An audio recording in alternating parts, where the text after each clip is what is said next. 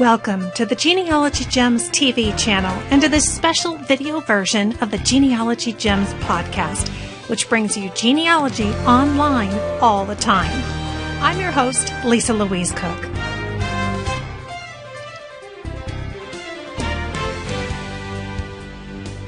Well, Ancestry.com has recently announced a new feature. It's called Member Connect. And here to tell us about it is David Graham, Director of Product Management at Ancestry.com. Welcome, David.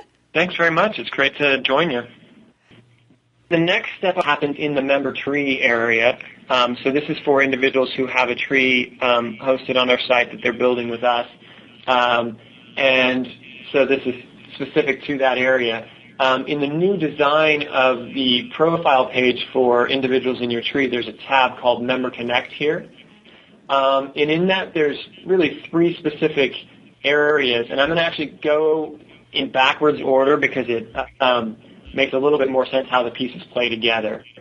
So the first thing is that we will list what we call suggested connections. So essentially, we're checking other public member trees to see if there are other members that are publicly researching the same person as you are.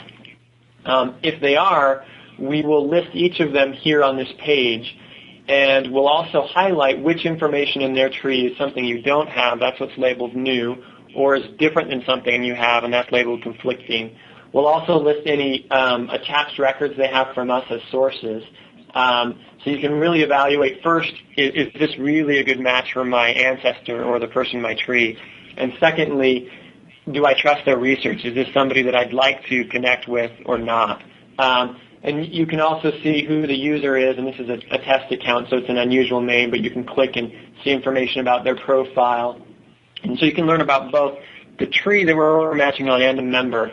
And so this is a place where there is some overlap with the Ancestry hints that you mentioned. Some of the people that would be on this list would also be people that we would suggest to you in one of those leaves if you're interested in saving information from other trees through that. And you can connect either by saving the information. So if you accepted the hint from somebody, that essentially connects you. And then you can do that here. And there's really two main benefits of connecting with someone, maybe three. One is essentially it kind of saves them in a list for you, so you can easily get back to them to contact the member or check on the tree. Secondly is this kind of comparison of what's in their tree that's different or additional to what's in your tree, with some options to, once you've evaluated that, decide what you want to save into your tree. And then finally, it allows you to kind of stay up to date on new discoveries they're making. So I'll show you kind of each of those pieces. But here, really, your step is if it's somebody that looks interesting to you, that you'd like to have those benefits around, just click Connect. If it doesn't seem like a good match or they don't seem like the type of research you're interested in being connected with, you can just click Ignore or even leave them on this list if you'd like. If you click Ignore, will that remove them from the list? So if you click Ignore, they'll come off of this list, and if you scroll to the bottom of the page, it'll state how many ignored connections you have, and you can always click on that to see who they are if you change your mind. But so it gets them really, really out of your way, but you could come back to them if you'd like. Just as an example, this is one a connection that has possible connection that has a little more source records attached to them. So that may be somebody, I'd like to connect with that person, that first person who didn't, or some of these at the top. Again, this is just test data. Maybe I'm less interested in connecting with. So then the next step would be to kind of move to the connections, and this will look very much like that last list. This is essentially the people you've already connected to.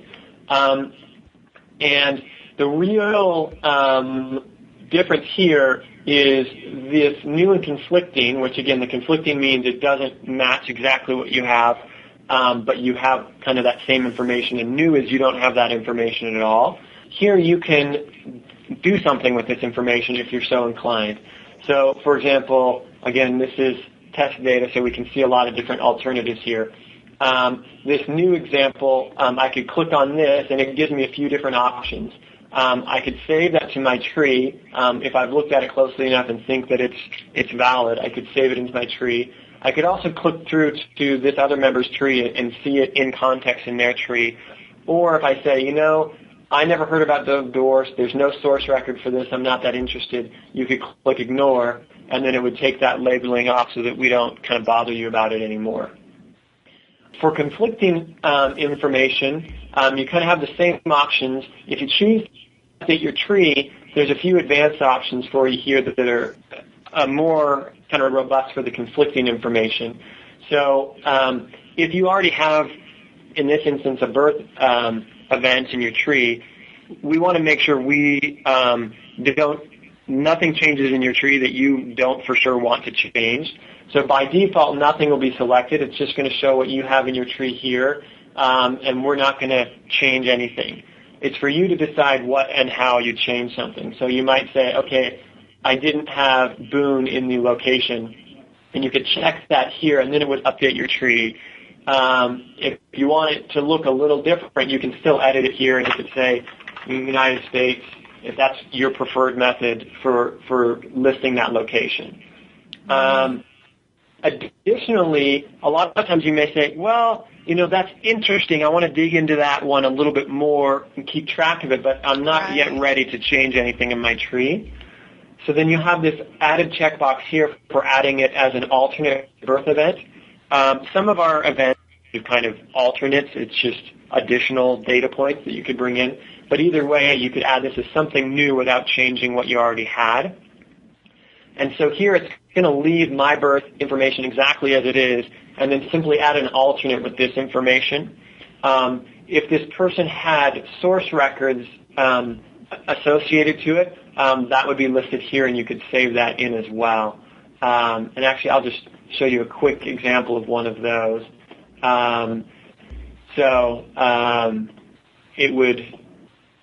It would bring those associated source records that they have into your tree as well. Unless you choose not to, you could always uncheck those. And obviously, we would hope that you click through and look at those records first, right here, which this link would suggest that you do as well, just to go view that record and evaluate it before bringing in any of the information. That way you can actually verify the source, the quality of the source that they're using, that you agree that it's a match before you go forward. Exactly. And that's how we would hope people would approach this first.